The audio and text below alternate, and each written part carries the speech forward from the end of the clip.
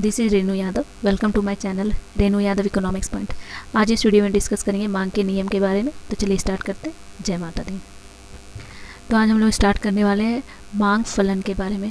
Demand function. मांग फलन क्या है? डिमांड फंक्शन क्या है? मांग फलन किसी वस्तु एवं सेवा की मांग एवं उसके निर्धारक तत्वों के संबंध को व्यक्त करता है।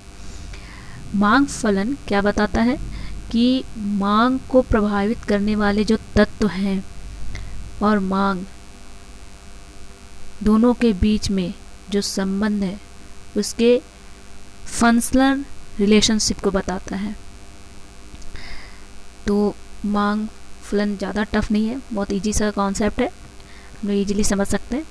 तो यहाँ पर dx is equal to x वस्तु की मांग, f फंक्शनल रिलेशनशिप को बताता है, f फलन, और मांग को प्रभावित करने वाले जो तत्व हैं px एक्स वस्तु की कीमत, pr संबंधित वस्तुओं की कीमत, जो वस्तु हम खरीदने जा रहे हैं उसकी कीमत, y उपभोक्ता की आय, t वस्तु की उपभोक्ताओं की रुचि, e भविष्य में कीमत बढ़ने की आशा एक्सपेक्टेशन, p जनसंख्या का आकार पॉपुलेशन, एंड yd आय का वितरण। ये जो तत्व हैं मांग को प्रभावित करते हैं। चलिए, छोटा सा कॉन्सेप्ट है, इसमें ज़्यादा सोचना नहीं है कि नहीं समझ में आएगा, आसानी से समझ में आ जाएगा। आई होप समझ में आ गया होगा। थोड़ा सा फंक्शनल रिलेशनशिप है, इसको बस थोड़ा आप याद कर लो। मांग तालिका क्या है? डिमांड टेबुलेशन वह तालिका या सारणी जिसमें कीमत और खरीदी गई मात्रा के संबंध को प्रकट किया जाता है। मतलब वैसा टेबुलेशन जिसमें हम लोग जो वस्तु खरीद रहे हैं और उसकी कीमत और उसकी जो हम लोग वस्तु की जो मात्रा ली है दोनों के को हम लोग प्रकट करते हैं, वहाँ पे सूचित करते हैं, तो उसे मांग तालिका कहते हैं। ये जैसा कॉन्सेप्ट है ये भी। उसे मांग तालिका कितने प्रकार के होते हैं? तो दो तरह के होते हैं। एक होता है व्यक्तिगत मांग तालिका और दूसरा होता है बाजार मांग तालिका। तो व्यक्तिगत मांग तालिका क्या है? किसी निश्चित समय में एक व्यक्ति की विभिन्न कीमतों पर मांग को प्रदर्शित करने वाली तालिका व्यक्तिगत मांग तालिका कहलाती है। मतलब कोई निश्चित समय है, एक पार्टिकुलर टाइम ले लेते हैं, उसमें एक आदमी है, सामान खरीदने गया। अब जो भी वो सामान ले रहा है और जो उसकी कीमत है उस कीमत पे वो मांग कर रहा है उस वस्तु की। तो इन सब चीज़ों को जब हम लोग एक टेबुलेशन के द्वारा हम लोग दिखाते हैं, तालिका के द्वारा, तो एक व्यक्ति का, स्पेशली एक व्यक्ति के लिए दिखा रहे हैं, तो इस तरह की तालिका बनती है। इस तालिका में आप देख सकते हो जिसमें प्रति इकाई दी हुई है, कीमत दी हुई है और उपभोक्ता ने कितनी कितनी वस्तुओं की मांग की। तो ये होती है व्यक्तिगत मांग तालिका। उसके बाद आते हैं बाजार मांग तालिका। बाजार मांग तालिका समस्त बाजार में किसी भी समय बिंदु पर विभिन्न कीमतों पर वस्तु की मांग के योग को प्रदर्शित करता है।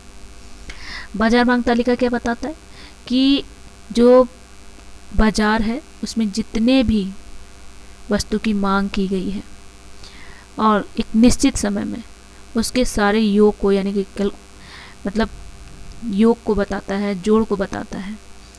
जैसे यहाँ दूध की कीमत इतनी दी हुई है, 10, 15, 20, 25।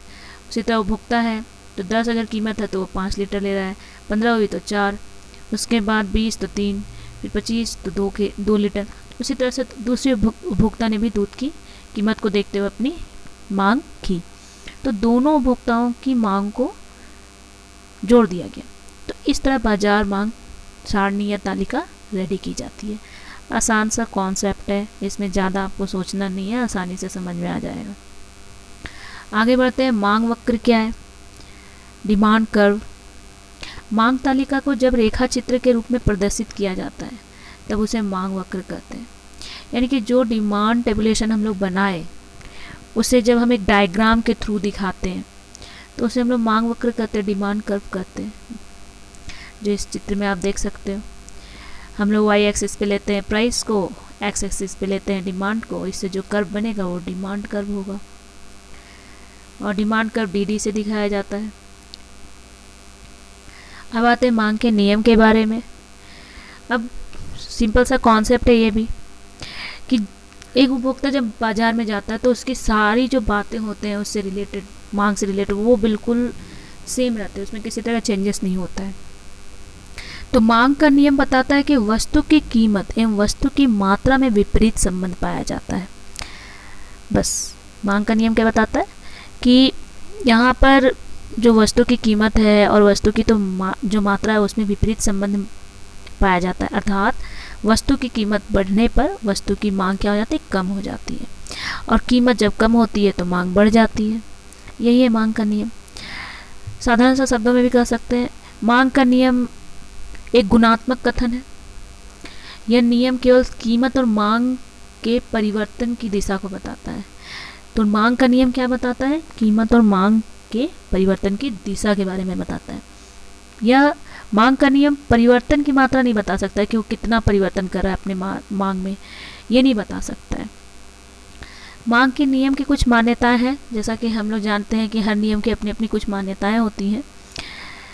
तो पहला नियम है यहाँ पर, उपभोक्ता की आय में कोई परिवर्तन नहीं होना चाहिए। दूसरा, रुचि, फैशन, पसंद आदि में परिवर्तन नहीं होना चाहिए। संबंधित वस्तुओं की कीमत में परिवर्तन नहीं होना चाहिए। और लास्ट, भविष्य में कीमत में परिवर्तन की आशा नहीं होनी चाहिए।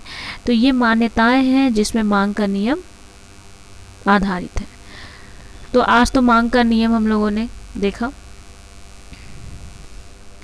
तो नेक्स्ट वीडियो में फिर हम लोग न्यू पॉइंट्स के साथ आएंगे मांग से ही संबंधित।